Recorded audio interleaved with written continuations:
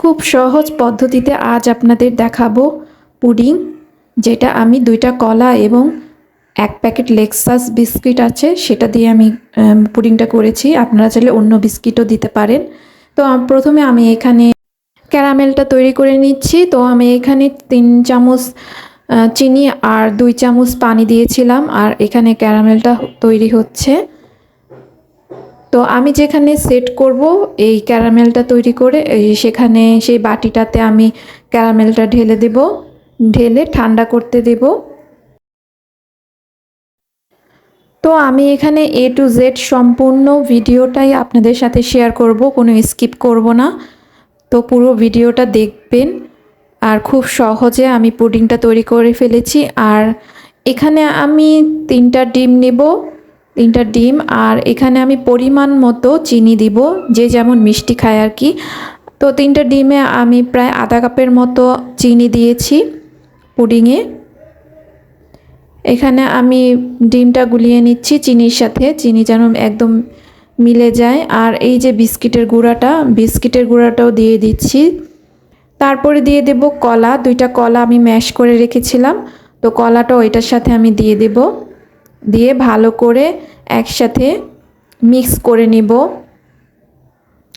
এটা ভালো করে মিক্স করে নিতে হবে যেন দানা দানা না থাকে। ভালো করে মিক্স করার পরে এখানে যে আমি আধা কাপের মতো দুধ দিয়ে দিয়েছি। এই দুধটা আমি হালকা গরম করে নিয়েছিলাম।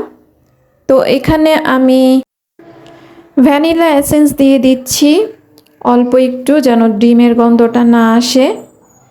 তো এটা আমি ভালো করে মিক্স করে এই যে একটা ছাঁকনির সাহায্যে ছেঁকে নেব, যেন কোনো দানা দানা ভাব না থাকে। আর এইগুলো আমি একটু ভালো করেই নিব।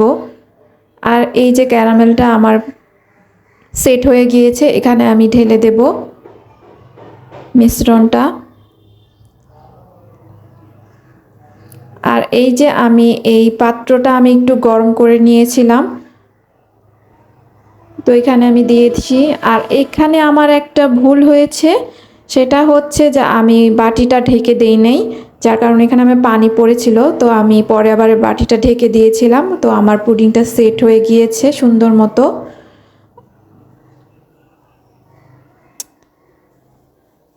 এই তো আমার পুডিংটা রেডি।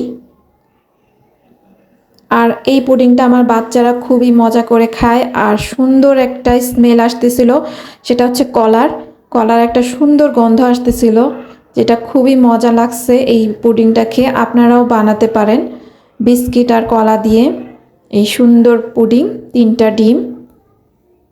তো আপনাদের আমি একটু কেটে দেখাচ্ছি কত সুন্দর হয়েছে।